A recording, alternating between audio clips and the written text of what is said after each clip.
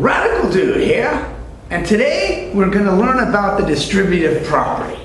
The distributive property is a property in mathematics, and it's not too difficult, and I'm going to illustrate it right now.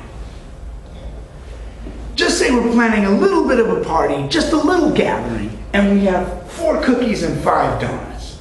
Nice, right? And all of a sudden, someone says, oh man, we don't have enough, we got to double that. Well, if I ask you to double it,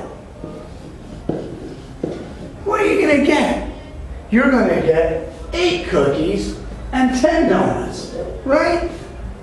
That makes sense. Well, here all the distributive property is. For illustrative purposes, if I call this 4 cookies and 5 donuts, and I'm doubling it, which means I'm multiplying by 2, and I tell you that the answer is 8 cookies and 10 donuts, then what am I doing? I'm multiplying 2 times 4, C gets me the 8C, and 2 times 5D gets me the 10D. That's all it is. So if I wanted to illustrate it with letters, because we're going to use the variables because they can represent any numbers, we use A for one number, B for another, and C for another. And you just distribute. A times B and A times C. That's A times B and A times C. And that's it. So what I'm going to do is I'm going to show you a little math trick with the distributive property in it. So here's what I want you to do. I want you to pick a number, any number you want, and I'm going to do some magic with it using algebra, and I'm going to get you to come up with a number I have chosen. Okay? So pick any number. If you pick a really difficult number, then I suggest you get a calculator. If you pick something easy, well, then maybe you can do it in your head. So everybody picked their number? Good. Now, what I want you to do is add 5 to your number. So take your number and add 5 to it. Now, with your new number that you got, I want you to multiply it by 2. So now you've taken the number and you multiplied by 2. Now what I want you to do, see, is take away 4 from the new number. So now you're taking away 4. Then I want you to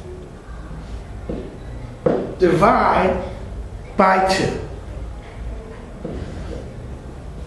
Okay? You're going to divide by 2.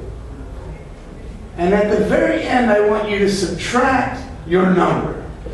The number that you picked. So the first step you did was you actually picked the number. Then you added 5 to it. You multiplied by 2. You take away 4. You divide by 2. And you took away your original number. The original number that you picked. You subtracted it. And your final answer that you should come up with is 3. Now, how does that work? Since I said pick a number, I don't know what number you picked. I have no idea. So I used the letter X. Then I told you to add 5 to it. Well, if I add 5 to X, I get X plus 5. Then what I told you to do is multiply by 2. Now when I multiply this by 2, right here I'm using the distributive property. This is 2 times X is 2X, and this is 2 times 5 is 10. See? I've used the distributive property. Then I told you to take away 4. Well, if I take away 4 from this, I line it up combining like terms, and I'm left with 2x plus 6. And then what did I tell you to do? I told you to divide it by 2. Well, dividing this by 2, we're also using a form of distributive property, because dividing by 2 is the same thing as multiplying by half. This is the same thing as taking 1/2 of 2x plus 6. And using a distributive property, I get half of 2x is x, and half of 6 is 3. So now I have x plus 3. And then what was the last step I told you to do? Take away your original number. Well, your original number, I don't know what it was. So once you take it away, I'm left with 3. And that's how I did it.